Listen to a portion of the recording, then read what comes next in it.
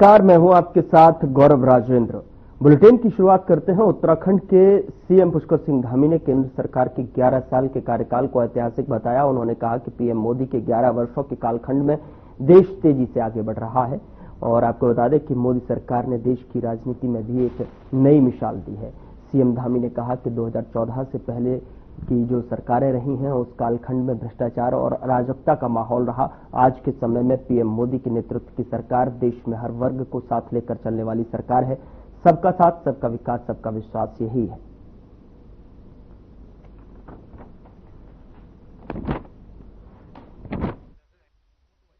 आज हम राजनीति के उस ऐतिहासिक कालखंड के एक महत्वपूर्ण पड़ाव के पूर्ण होने के अवसर पर यहां पर उपस्थित हुए हैं, जिसमें आदरणीय प्रधानमंत्री जी के नेतृत्व में आज भारत दुनिया की एक बहुत बड़ी वैश्विक शक्ति बना है।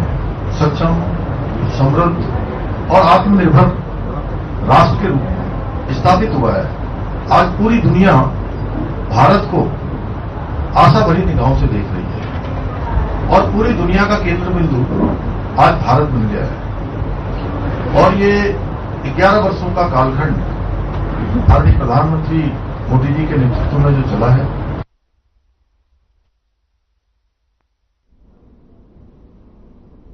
उधर कांग्रेस में भीतरखाने चल रही बयानबाजी को लेकर बीजेपी नेताओं ने कांग्रेस पर निशाना साधा। हरीश रावत और हरक सिंह रावत के बीच चल रही बयानबाजी के बीच में कांग्रेस विधायक हरीश धामी के बयान को लेकर बीजेपी प्रदेश अध्यक्ष ने कांग्रेस पर तंज कसा है। महेंद्र भट्ट ने कहा कि कांग्रेस के भीतर लंगड़े घोड़े खोजने का अभियान चल रहा है और आने वाले दिनों में यह खोजने का अभियान यह और भी व्यापक देखने को मिलेगा। इसके साथ ही उन्होंने जुबानी हमला बोलते हुए कहा कि कांग्रेस के पास केंद्र में भी कोई ऐसा नेतृत्व नहीं है जो अपने कार्यकर्ताओं को समझ सके। ऐसे में 2027 का चुनाव बीजेपी के लिए आसान होगा, जिससे बीजेपी हैट्रिक मार सकेगी।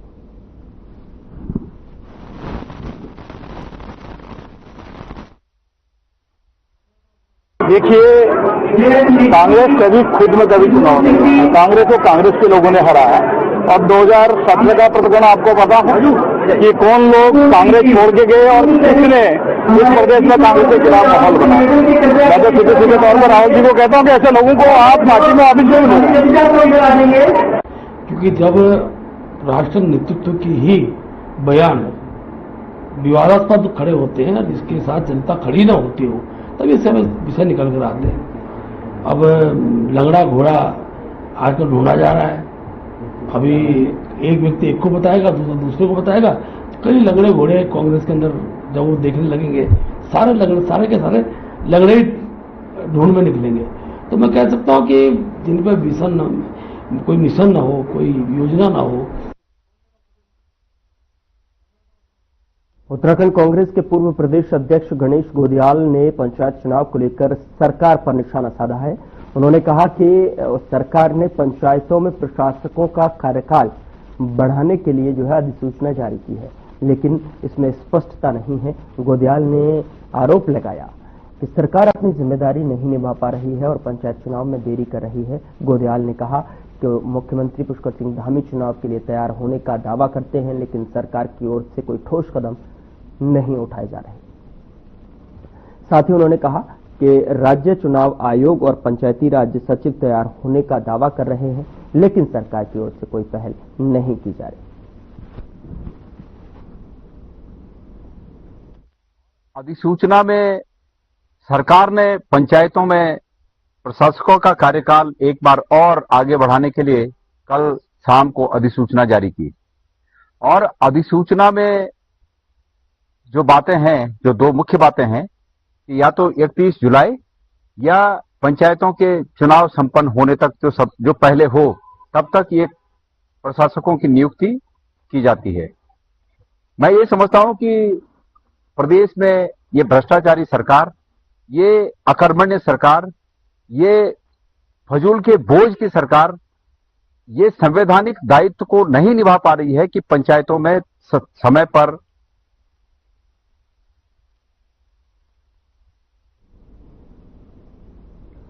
विश्व प्रसिद्ध बाबा नीम करौली जी महाराज के कैची धाम में 15 जून को हर वर्ष स्थापना दिवस मनाया जाता है। जिसमें लाखों की संख्या में पूरे देश से श्रद्धालु पहुंचते हैं। ऐसे में हल्द्वानी से कैंची धाम तक यातायात व्यवस्था और श्रद्धालुओं के लिए ट्रैफिक जैम प्रशासन के लिए जो है सबसे बड़ी चुनौती है।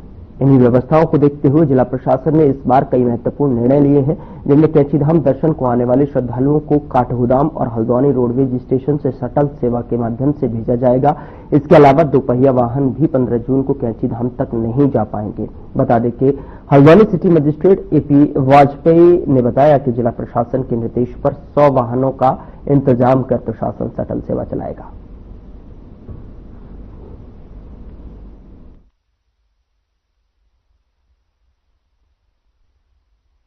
जो हमें निर्देश मिले हैं उसके द्वारा ये कहा गया है कि पूर्व की भांति इस बार भी काठगोदाम रेलवे स्टेशन और हल्द्वानी जो हमारा रोडवेज स्टेशन केमो स्टेशन है वहां से मेले के दृष्टिगत शटल सेवाएं चलाई जाएंगी और लगभग इस दोनों स्थानों से 100 बसों का हम लोग व्यवस्था कर रहे हैं और इसमें एक अलग कलर कोड की भी इस बार निर्देश प्राप्त हुए हैं।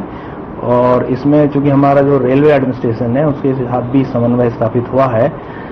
जो फोरनून है उसमें करीब 6 ट्रेन आती हैं, तो जब भी उनके यहाँ पहुंचने का समय होगा उसी के अनुसार वहां पर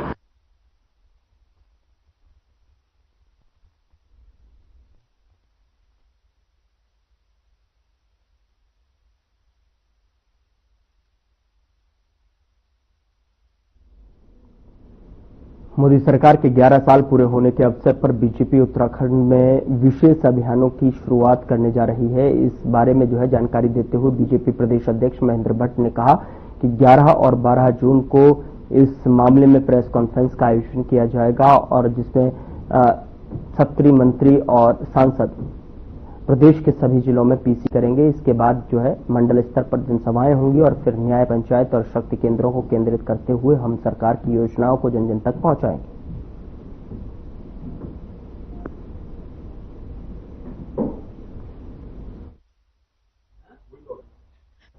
राजधानी मुख्यालय में होगी और 11 और 12 तारीख को सभी जनपदों के अंदर हमारे प्रदेश सरकार के मंत्रीगण सांसदगण मेरा स्वयं रुड़की जिले में रहना होगा और हम लोग प्रेस वार्ता के माध्यम से सरकार उद्योग को जनता तक पहुंचाएंगे।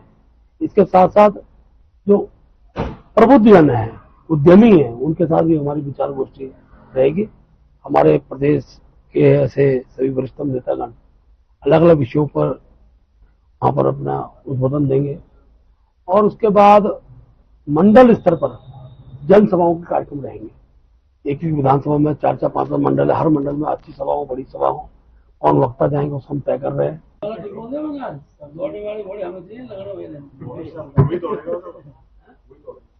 बच्चे कहाँ है जरा दौड़ने रहेगा वो भी पहले ही कब्जा कर हमारे सुविधा के कौन कौन लग रहे बता रहे हैं।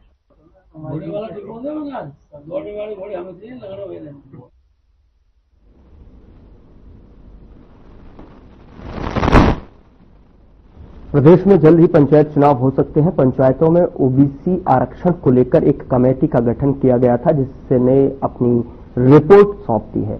सरकार ने उस रिपोर्ट के अध्ययन के लिए कैबिनेट मंत्री सुबोध उनियाल के नेतृत्व में एक उप समिति का गठन किया है। यह उप समिति जल्द ही अपनी रिपोर्ट सरकार को सौंपेगी। वहीं बीजेपी के प्रदेश मीडिया प्रभारी मनवीर सिंह चौहान ने कहा कि सरकार पंचायत चुनाव कराने के लिए पूरी तरह से तैयार है। जैसे ही उप समिति की रिपोर्ट आएगी उसको मंत्रिमंडल की बैठक में लाया जाएगा और ओबीसी की सिफारिशों को लागू कर प्रदेश में पंचायत चुनाव कराया जाएगा।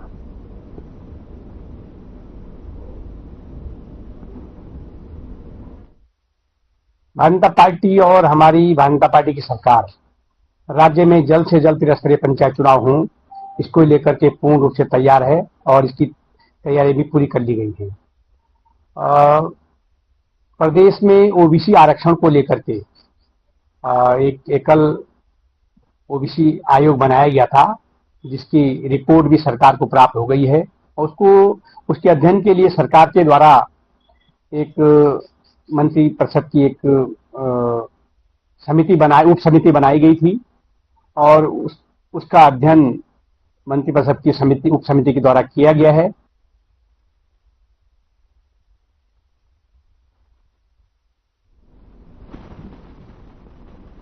यहां रुक रहे एक छोटे से ब्रेक के लिए। ब्रेक के उस पार खबरों का सिलसिला लगातार जारी है।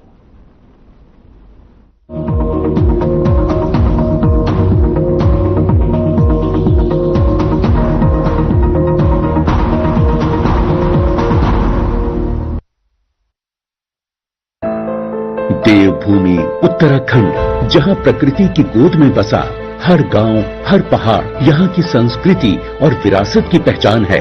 लेकिन अनियंत्रित भूमि खरीद फरोख्त से राज्य की पहचान और स्थानीय लोगों के अधिकारों पर संकट मंडरा रहा था। राज्य सरकार ने इस चुनौती को गंभीरता से लिया और उत्तराखंड विधानसभा ने सख्त भू कानून विधेयक पारित कर दिया है, जो उत्तराखंड की जमीन को सुरक्षित रखने के लिए एक ऐतिहासिक कदम है। भू कानून उत्तराखंड राज्य के लोगों की बहुत लंबे समय से मांग थी। उनकी जन भावनाओं के अनुरूप हमने भू कानून को प्रस्तुत किया, उसको विधानसभा ने उसको पारित किया है, सभी बातों का ध्यान में रखते हुए कि हमारी भूमि की जो खरीद फरोख्त है वो भी जो है न हो और हमारा जो निवेश है वह भी किसी रूप में प्रभावित न हो, यानी कि इकोलॉजी इकोनॉमी दोनों में संतुलन रहे और लोगों की जन भावनाएं आगे बढ़े। नए भू कानून के तहत बाहरी व्यक्ति हरिद्वार व उधम सिंह नगर को छोड़कर शेष 11 जिलों में कृषि एवं बागवानी के लिए भूमि नहीं खरीद सकेंगे। एमएसएमई के लिए भूमि खरीद की अनुमति का अधिकार जिलाधिकारी से हटाकर उत्तराखंड शासन को दिया गया है। उद्योग, पर्यटन, शिक्षा, स्वास्थ्य संबंधी प्रोजेक्ट्स लगाने के लिए अगर जमीन खरीदना है तो संबंधित विभाग और शासन से स्वीकृति लेनी होगी। नए कानून के तहत आवासीय उपयोग के लिए 250 वर्ग मीटर भूमि खरीदने के लिए शपथ पत्र देना होगा। भूमि खरीद की प्रक्रिया की निगरानी सरकार के विशेष पोर्टल से होगी। गलत तरीके से इस्तेमाल की गई जमीन को सरकार जब्त कर सकेगी।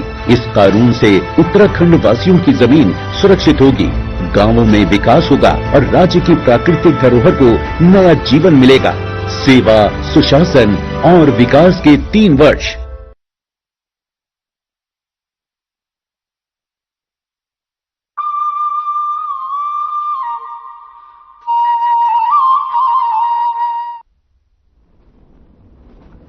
ब्रेक के बाद स्वागत है आपका। खबरों में आगे बढ़ते हैं। उत्तराखंड में पहली बार विश्व ओलंपिक दिवस मनाए जाने की तैयारियां तेज हो गई हैं। दरअसल आपको बता दें कि हर साल 23 जून को अंतर्राष्ट्रीय ओलंपिक दिवस मनाया जाता है और 21 जून को विश्व योग दिवस और साथ ही 23 जून को अंतर्राष्ट्रीय ओलंपिक दिवस है।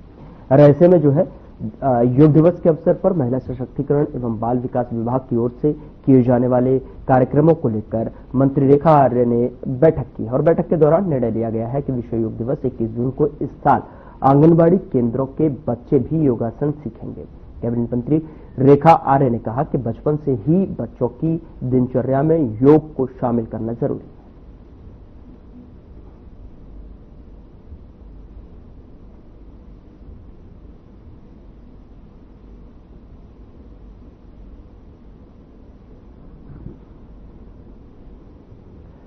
मुख्यालय पौड़ी के कंडोलिया मैदान में जय कंडोलिया पौड़ी महोत्सव के तहत आयोजित राष्ट्रीय फुटबॉल प्रतियोगिता का खिताब पौड़ी यूनाइटेड एफसी की टीम ने जीता है।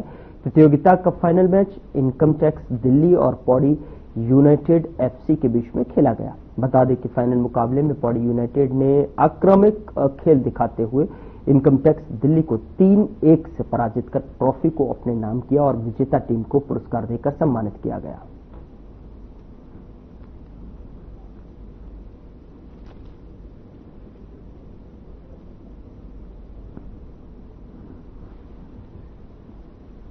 खिलाड़ियों ने जो है अच्छा मुझे लग रहा है और हम बहुत सम्मानित महसूस कर रहे हैं और मैं नगर पालिका अध्यक्ष श्रीमती हिमानी नेगी जी का धन्यवाद करता हूं, पूर्व अध्यक्ष केसर सिंह जी का धन्यवाद करता हूं जिन्होंने हमें यहां बुलाया, सम्मान दिया और मुझे बहुत खुशी है कि गढ़वाल राइफल के 7 खिलाड़ी पौड़ी यूनाइटेड टीम में थे और पौड़ी यूनाइटेड टीम ने अपने ही होम ग्राउंड में विजय प्राप्त की।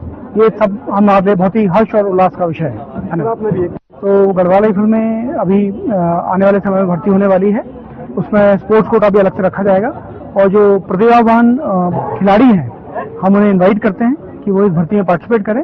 ये पौड़ी के लिए बहुत एक सुंदर और एक अच्छा माहौल बन के आया है सामने और ये पौड़ी के लिए इतिहास में पहली बार भगवान कंडोलिया जी का जो नाम से महोत्सव का शुरुआत की गई, वास्तव में अपने आप में एक अनूठी पहल है और इसमें तरह तरह की प्रतियोगिताएं की गई, खेल से संबंध लेकर सांस्कृतिक कार्यक्रम लेकर और हमारी जो पहाड़ी कल्चर है उसको लेकर उसको सुरक्षित रखने के लिए अनेक प्रकार की कार्यकलाप यहाँ पर किए गए।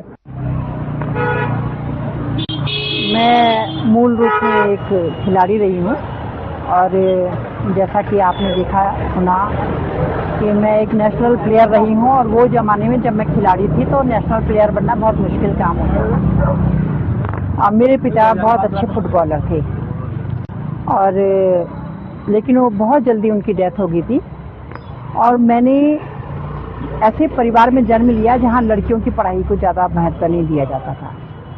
मैंने जब सरकारी नौकरी ज्वाइन करी तो मैं बड़ी थैंकफुल हुई अपने माता पिता के प्रति कि उन्होंने हमें ये सुअवसर दिया है एक बहुत ऑर्थोडॉक्स परिवार में होने के बावजूद। मैं जब टीचर थी तो टीचर रहते हुए भी मुझे बहुत सारे बच्चे मिलते थे, खिलाड़ी बच्चे भी मिलते थे और पढ़ने वाले बच्चे भी मिलते थे। मैच तो बहुत ही अच्छा हुआ और सबसे बड़ी बात यह कि हमारे प्लेयर मोटिवेट इसलिए हुए कि आर्मी की चीफ आए थे, क्योंकि आधे ज्यादा जो प्लेयर थे वो आर्मी से रिलेटेड थे, ताकि विनिंग तो हो नहीं हम लोगों को, लेकिन धीरे धीरे हम भी प्रयास को निकले और हम मैच अपनी पकड़ में लेके आए। मैच तो हमारा नैन थापा फुटबॉल एकेडमी नैन नगर से हरियाणा रेड उड़ीसा से था। असल ये प्लानिंग अभी से नहीं है, प्लानिंग पिछले 1 साल से हो रही है। लास्ट ईयर जब हम सेमीफाइनल में हारे थे तब से हमारी ये प्लानिंग थी कि कुछ भी होके अगले साल फाइनल उठाना है जैसे तो हमारी आपस में बातचीत थी। सभी लड़के जॉब में थे, इस वजह से हम एक साथ छुट्टी में आए। तो ये पूरी प्लानिंग पिछले साल से थी, 1 साल की प्लानिंग थी पूरी।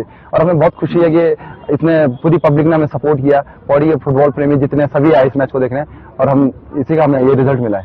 ये बिल्कुल कन्हैया ठाकुर का आशीर्वाद है, इसीलिए तो हम फाइनल जीते हैं। अपने होम में जीतना काफी बड़ी बात होती है। दरअसल आप देखेंगे जितनी टीम है सभी एक सेट ऑर्गेनाइज होकर आती है, लेकिन हम लोग जो भी हैं सभी यहाँ खेलने आते हैं सुबह, उसी से हमने एक टीम बनाई है और ये उनके आशीर्वाद से हम जीते हैं आज।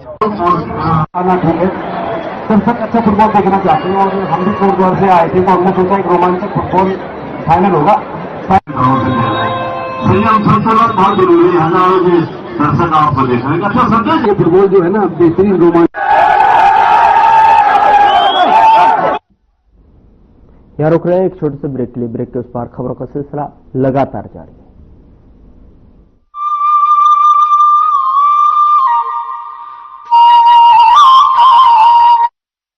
उत्तराखंड में हुए राष्ट्रीय खेलों के आयोजन ने देवभूमि के नए स्वरूप को पेश किया। उत्तराखंड अब देश में स्ट्रांग स्पोर्टिंग फोर्स के रूप में भी उभर रहा है। राष्ट्रीय खेलों में झोंककर अपना जोश, अपना दम उत्तराखंड के खिलाड़ियों ने लिख दिया है राज्य के नाम एक उल्लेखनीय अध्याय। देवभूमि उत्तराखंड अब खेल भूमि उत्तराखंड के रूप में राष्ट्रीय और अंतर्राष्ट्रीय फलक पर नए कीर्तिमान गढ़ने को तैयार है।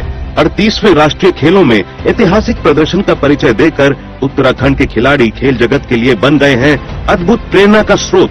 उत्तराखंड के खिलाड़ियों का राष्ट्रीय खेलों के इतिहास में अब तक का सर्वश्रेष्ठ प्रदर्शन दिखाते हुए राज्य के लिए रिकॉर्ड 103 पदक हासिल करना और राष्ट्रीय खेलों की पदक तालिका में पहली बार शीर्ष 10 में स्थान बनाना, ये दर्शाता है कि उत्तराखंड प्रतिभावान युवाओं का राज्य है जिनके भीतर भरी हुई है खेल का भविष्य निर्धारित करने की प्रबल क्षमता।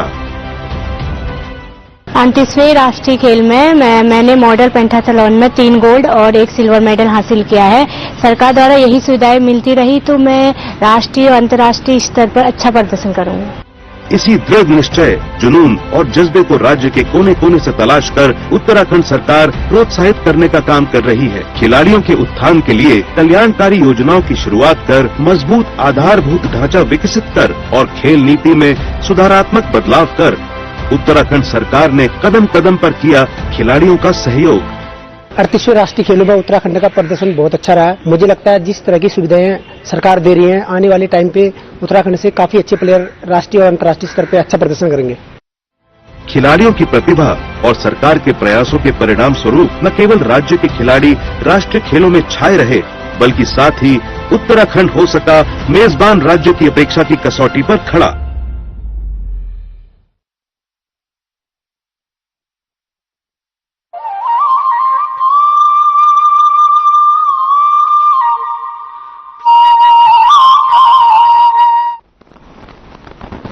ब्रेक के बाद स्वागत है आपका।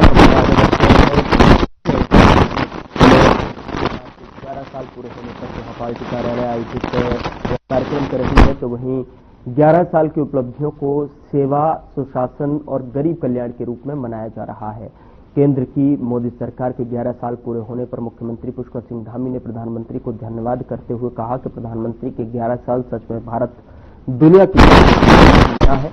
भारत का मान सम्मान पूरी दुनिया के अंदर बढ़ा है। साथ ही उन्होंने कहा कि यह 11 साल भारत को बड़ी शक्ति के रूप में स्थापित करने के रहे।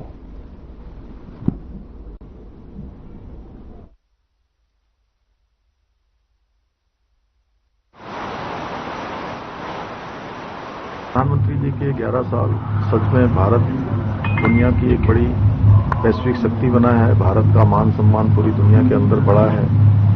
27 करोड़ लोग गरीबी रेखा से बाहर आए हैं और समाज के अंतिम छोर में खड़े हुए व्यक्ति तक शासन पहुंचा है। अनेक प्रकार की जो विकसित भारत का संकल्प है वो भी आगे बढ़ा है।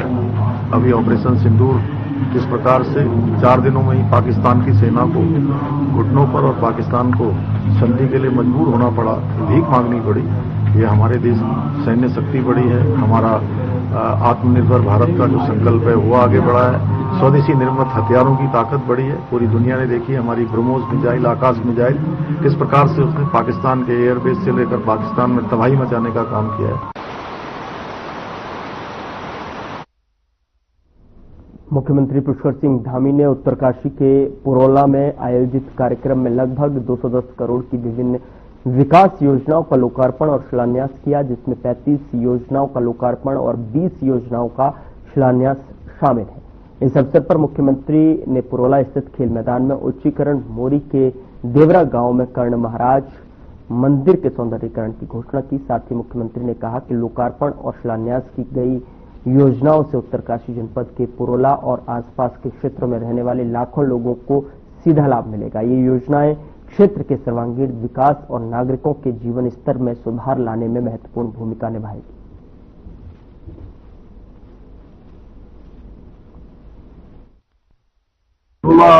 विधानसभा में अनेक घोषणाएं और यहाँ हमारे माननीय विधायक योगेश्वर लाल जी के द्वारा अनेक योजनाओं की मांग की गई थी जो पूरी हुई है। अनेक यहाँ पर जैसे आज चिकित्सालय का उच्चीकरण हो रहा है, इसका शिलान्यास हो रहा है। ऐसी अनेक विकास कार्य चाहे शिक्षा के क्षेत्र में हो, स्वास्थ्य के क्षेत्र में हो, पेयजल के हो, सड़कों के क्षेत्र में हो, उन सभी को शुरू किया गया है या उनको पूरा किया गया है।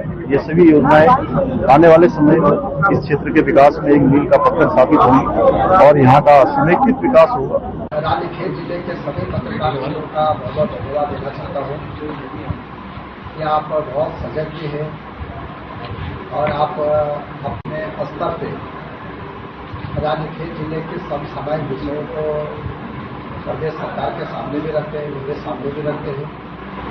आज विशेषकर प्रेस वार्ता का जो हेतु है वो यह है कि हमारे देश के यशस्वी प्रधानमंत्री जी जिन्होंने कि प्रधानमंत्री के रूप में आज 11 वर्ष उन्होंने पूरे किए।